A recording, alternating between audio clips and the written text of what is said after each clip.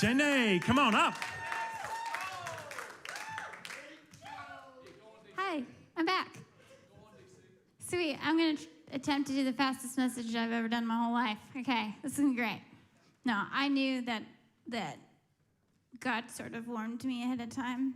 He said, tonight's going to be half and half message, half worship, but then it's more like 75% worship.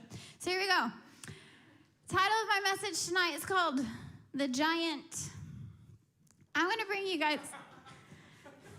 It's good, eh? Okay, so I'm the kids pastor here, and I'm bringing you guys to Sunday school tonight. I'm bringing you back to kids' church. So we're going old school, and we're going to have some fun. All right. I love this cool giant. He's great, even though I'm bigger than him. Anyway, the giant. We're going to break it down, the story.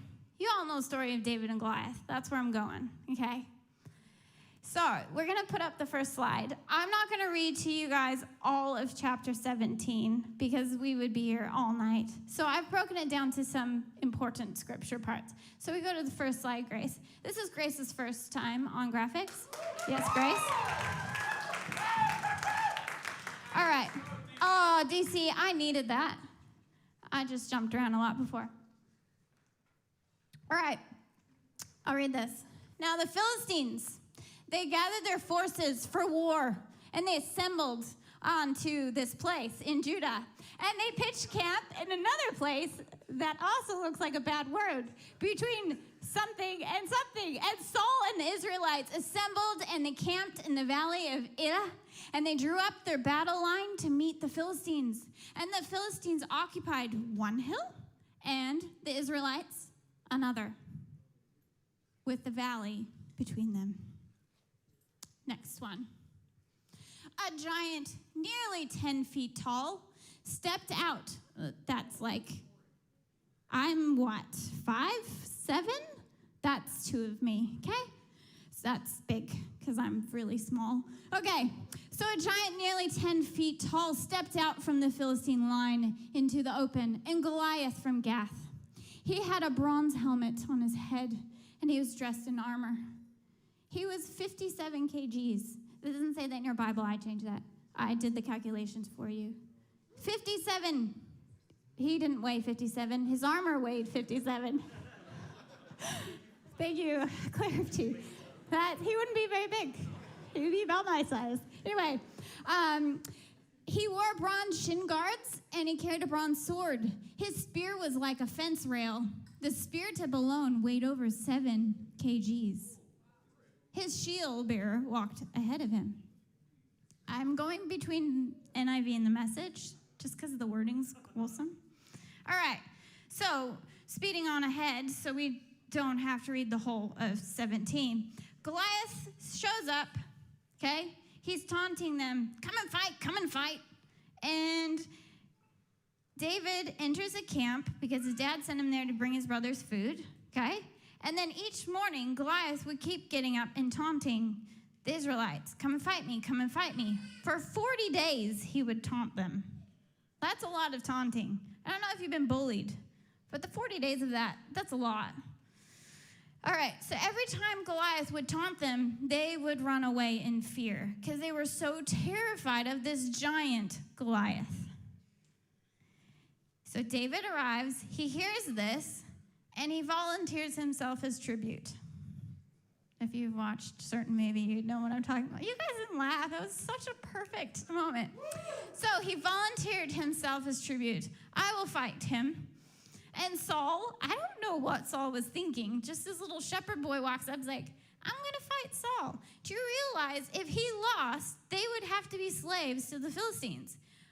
What in Saul's mind would be like, yes, I trust you to fight this war for us. Who are you, by the way? At the end of the chapter, it goes, by the way, who are you and who's your dad? Like, Saul didn't even do the research ahead of time. He just said, yeah, okay.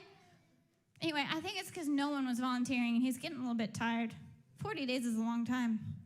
So he volunteers. Saul decides, I'm going to put my armor on you, David. David puts it on. He declines and decides to fight Goliath with his staff, a slingshot, and 5 stones. So now, I just whizzed through quite a few bits. Now we're going back up to the next slide. Yes, we're there. Yes, Grace. All right. Yes. Then he took his staff in his hand, and he chose 5 smooth stones from the stream, put them in the pouch in his shepherd's bag, kind of like a man pouch. Okay. I felt weird saying that. Anyway, ready, back. In his shepherd's bag, and with his sling in his hand, he approached the Philistine. Meanwhile, the Philistine, Goliath, with his shield bearer in front of him, just pay attention to that. He's also got a little friend with him, protecting him. The shield bearer is in front of him, kept coming closer to David. He looked at David over and saw that he was little more than a boy, glowing with health and handsome, and he despised him. He said to David, "Am I a dog that you come at me with sticks?" And the Philistines cursed David by his gods. "Come here," he said, "and I'll give you your flesh to the birds and the wild animals." I'm pretty sure he talked exactly like that. Okay. Next one. Is there another one? David answered, "You come at me with the sword and the spear and battle axe. I come at you in the name of the God of the angel armies, the God of the Israel troops, whom you curse and mock. This very day God is handing you over to me. I'm about to kill you, cut off your head, and serve you up. And serve up your body and the bodies of your Philistine buddies to the crows and the coyotes." So he's talking about the little shield bearer. I'm going to cut you up too, okay? And the whole earth will know that there is an extraordinary God in Israel, and everyone gathered here will learn that God doesn't save by means of sword or spear. The battle belongs to God, and he's handing you on to us on a platter.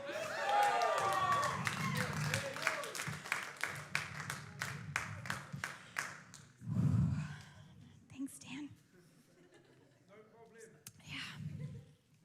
So David reached into his pocket, grabbed a stone, slung it, hit him in the head, on the forehead. It embedded deep in his head. The Philistine crashed face down into the dirt, and that's how David beat the army. Just a stone. He took the sword, Goliath's sword, because he didn't have a sword. He cut off his head. He actually kept it for a while, by the way. As like a, and he kept the sword for the rest of his life as well, even though I'm pretty sure, he'd be, dragging it, look what I got. It'd be like me trying to lift something heavy. So let's break this down. There's a man named Malcolm Gladwell, and he did a lot of research into this. And I began to realize there's something about this story that I hadn't really looked at before. So, can we put up that slide? This is actually what the Valley of Elah looks like. So here is Saul's camp.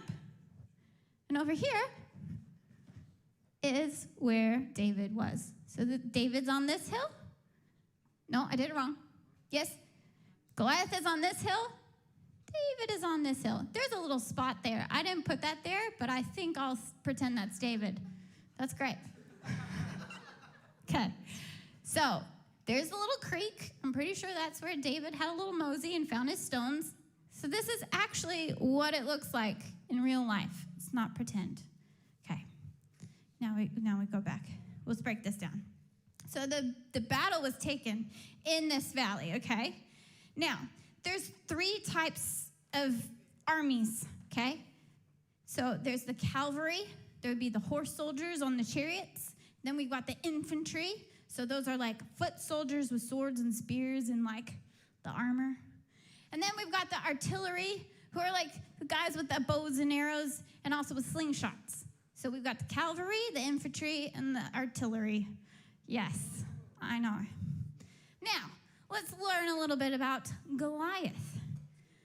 Goliath was 3 meters tall, so that's 9 feet 9 inches. Goliath actually means splendid one. Sorry. When he came out with his glistening armor, he would be quite splendid in the sun, I would think. He had over 58 kgs of armor on, And then he had a shield and sword.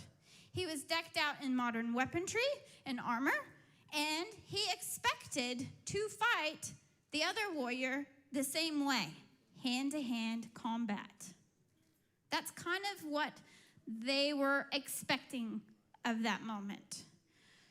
So when he kept calling out, "Come up to me, David," Saul also was expecting David to be like Goliath and wear that outfit as well, and a sword, and fight him like that, because that's what you do. So then we look at David. David's a shepherd boy. He's a boy, little boy. And his strength lies in his slingshot. So you would say he was probably more like an artillery. That sounded weird when I said it, but I'm pretty sure that's right. He wasn't weighed down by the armor because he was quite free, because he's wearing his normal camel skin. I don't know what he'd wear. And Goliath, okay, so if he's doing hand-to-hand combat, he's like short range, like you fight in this circumference. But David, with a sling, has got a little bit more space to work with, hey? Okay. So, when we look at these things, why do we always think when we hear this story that David is actually the underdog? We think of Goliath, he's terrible, he's scary, he's frightening, oh my. But we think of David and we go, oh, poor David, he was just the underdog. Just this wee little thing. He had nothing. He had no chance to win. Yeah? We all you would think of that in common sense, hey? But here's the thing. If we actually look into Goliath a little bit, it says in the scriptures that I just read to you before that he was led out onto the field by his attendant or his shield bearer, okay? He would be kind of slow because he was decked out in that heavy armor. And when he called out to David, he actually yelled, "Am I a dog that you would come to me with sticks?" Do you see the word sticks? It's a plural word. David was standing with how many sticks if he has holding his shepherd stick? Is that 2? Do they hold 2? They hold 1. So Goliath is saying, why are you coming to me with sticks? He's actually just holding 1. So it begins to make me wonder, is something not quite right with Goliath?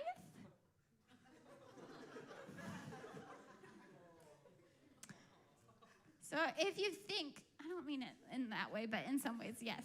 But we ask the question, his height, his size, he's a giant. It said he was higher than anyone else in their army. Can you put on, I made a slide that I thought depicted it the best. So it's totally proportionate, I know. That's 9 feet right there. So if you think of a giant, there's actually a condition for giantism or someone who is a giant.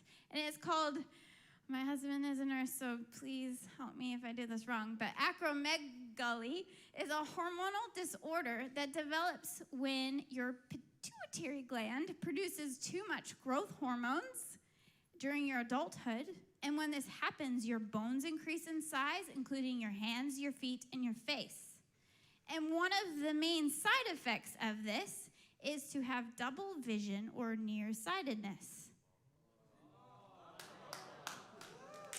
So what it is it's like a little tumor growing in your brain on this gland, and it begins to push on that part of your brain, which then makes it so your eyes can't see things properly. So if he's yelling out to David, "You're coming to me with sticks," can I propose to you a thought? I could be totally wrong, but it's okay. Could he have been seeing double vision?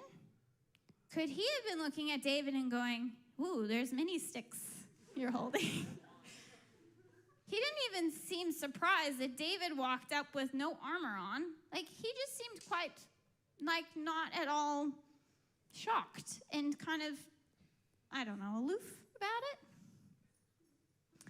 The thing is this. David with his sling, he could make a rock go 35 meters per second.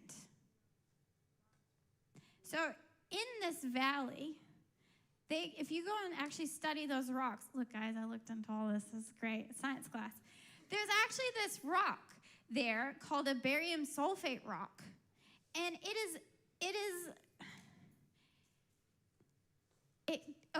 the word alone derives from a Greek word called baris, which means heavy. This rock that is found in this valley is actually called heavy. And it's twice the density of a normal rock, okay? So if you combine what David knows how to do with his sling, combined with this super heavy, strong rock, do you realize that his weapon, with the two combined, is as powerful as a 45 millimeter handgun when he's standing that close to David? What is he, giant? Okay, Goliath. So he's able to come really close to him because they thought they were going to do hand-to-hand combat, and maybe Goliath can't see properly. So for him to fling that thing with that heavy rock at that distance could do powerful work.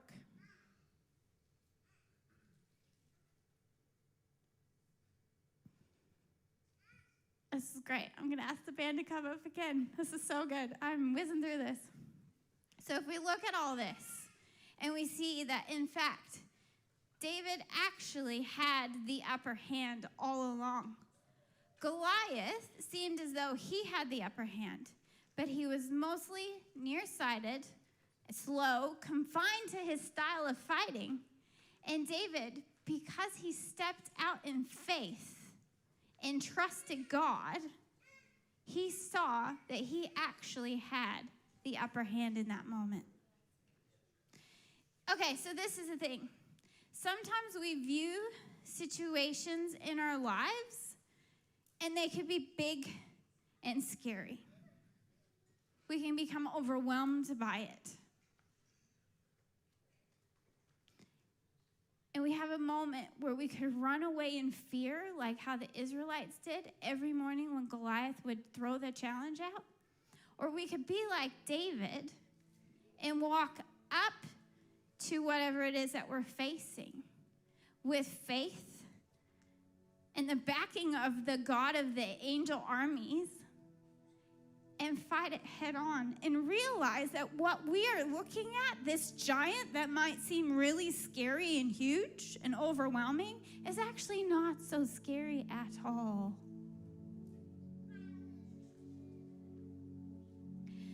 When I was 18, it was a long time ago, guys, I went to India for a missions trip for 2 months.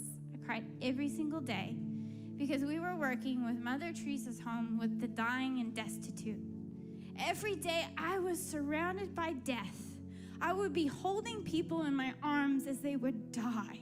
They were suffering. It was horrendous. We worked along the Ganges River. There were bodies floating around us constantly. There was death, death, death. We were in a village, and this translator walks up to me and my friend, Isaiah, and he goes, "Come here, I need you to pray for this little boy. He's so sick, he's gonna die. I need you to pray that God's gonna heal him." I had been faced with death, death, death. My faith in God that he would actually do a miracle was barely there.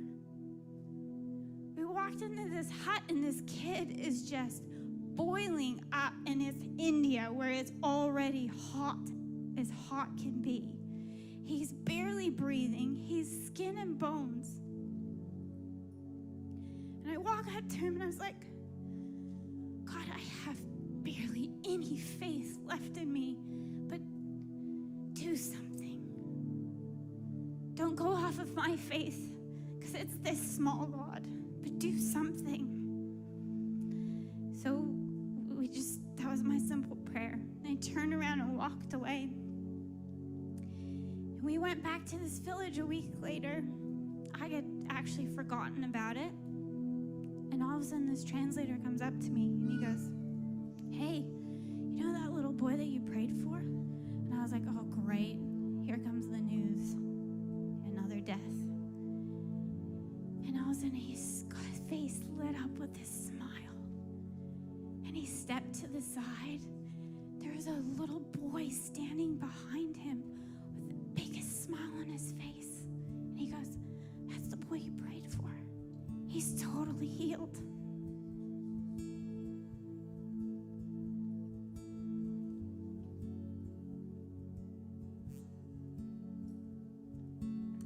You guys, we have the authority that God has given us. We sang it tonight in this song, and we'll sing it again.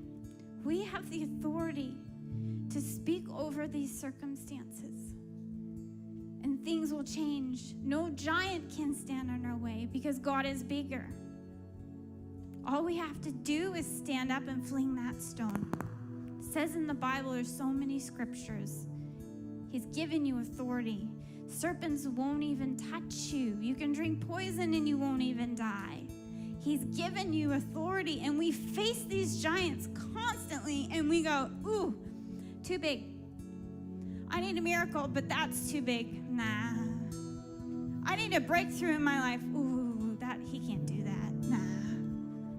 I need to make a decision in my life. That's too huge."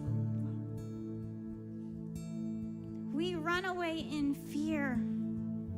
The giant will win. But God's given us the authority.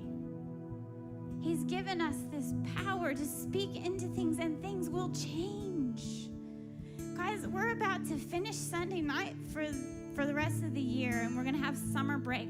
We can easily slide into this holiday mode. I want to activate our faith, friends. Can you imagine what our lives would look like, what this place would look like if we walked out in faith? That when we were faced with a circumstance, we didn't just go, "Oh, that's too big," but we approached it with strength and boldness like David did and said, "Nah, I've got the God of the angel armies behind me, and I'm going to fight this, and I'm going to see this breakthrough." When we can go and pray for people and see them be healed. I want to see people healed. I've seen people healed. I want to see more people healed. I want you to have breakthrough in your life. I don't want you to be held back any longer by fear. Don't let the giant win. So we're going to sing Champion again. And I just want to activate this spirit of faith in us, guys, that we will see these breakthroughs. So stand up.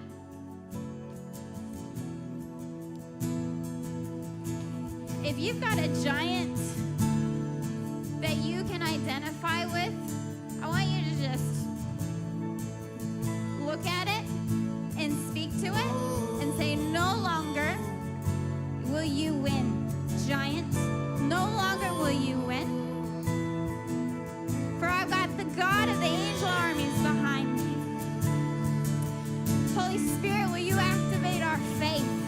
Will you come now and stir that up within our hearts? You are our champion. Nothing will hold you back. Nothing can hold you back. Help us to remind us of this, Father.